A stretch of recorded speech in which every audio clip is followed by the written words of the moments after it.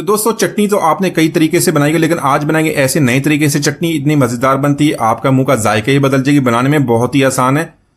बिस्मिल्लाहिर्रहमानिर्रहीम, अस्सलाम वालेकुम, वेलकम टू माय चैनल। तो दोस्तों आज हम टमाटर के साथ बहुत ही मजेदार रेसिपी बनाएंगे। चटनी तो आप रोजाना बनाते होंगे, वही चीजें जो आप इस्तेमाल करते हैं उसको बनाए के नए अंदाज से आप इसका टेस्ट बहुत पसंद करेंगे। बनाने में बहुत ही आसान है। तो यहां पर सबसे पहले ने यहां पर 3 बड़े साइज के टमाटर लिए। टमाटर को इस तरह हमने आग पे सेक लेना। अगर आपके पास इस तरह की जाली है तो इससे हमारा काम बहुत ही आसान हो जाएगा। तो यहां पर इसके ऊपर थोड़ा सा कुकिंग ऑयल भी लगाएंगे। इसी तरह इसको हमने रोस्ट करना है।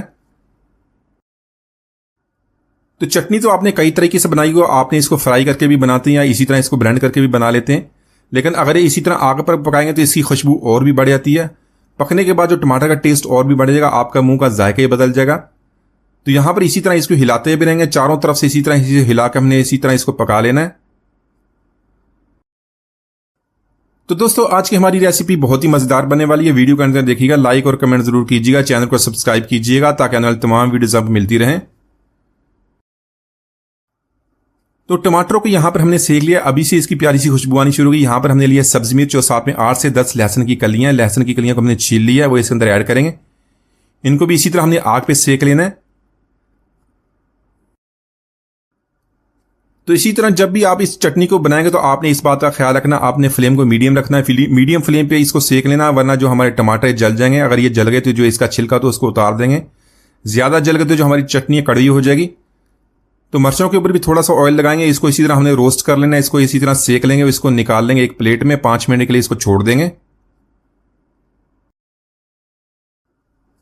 तो यहां पर टमाटर, लहसुन और सब्जी मिर्च को हमने सेक लिया। इसको प्लेट में निकाल देंगे, 5 मिनट के लिए छोड़ देंगे। जैसे ये ठंडा हो जाएगा हमने टमाटर का छिलका उतार देना, जो जला हुआ सारा उतार देंगे।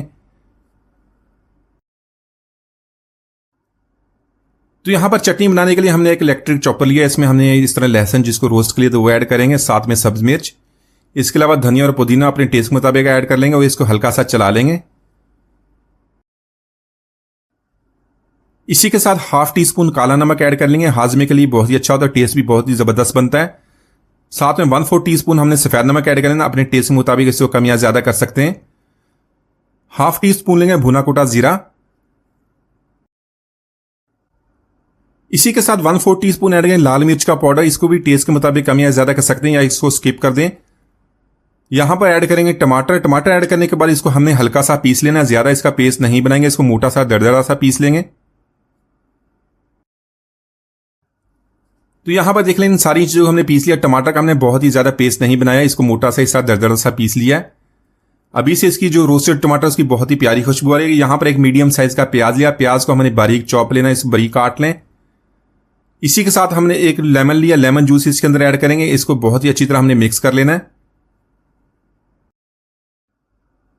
तो दोस्तों ये चटनी इतनी मजेदार बनती है, दाल हो या सब्जी, इसको जरूर ट्राई कीजिएगा। इतनी मजेदार बनती है, आपका मुंह का जायके बदल जाएगा। आप इसको बार बार ट्राई करेंगे। तो माशाल्लाह बहुत ही मजेदार चटनी हमने बहुत ही आसानी से बना ली। एक दो जरूर ट्राई कीजिएगा। उम्मीद आज की रेसिपी आपको पसंद आएगी। मिलते हैं बड़ी तक, इजाजत दीजिए। अल्लाह हाफिज।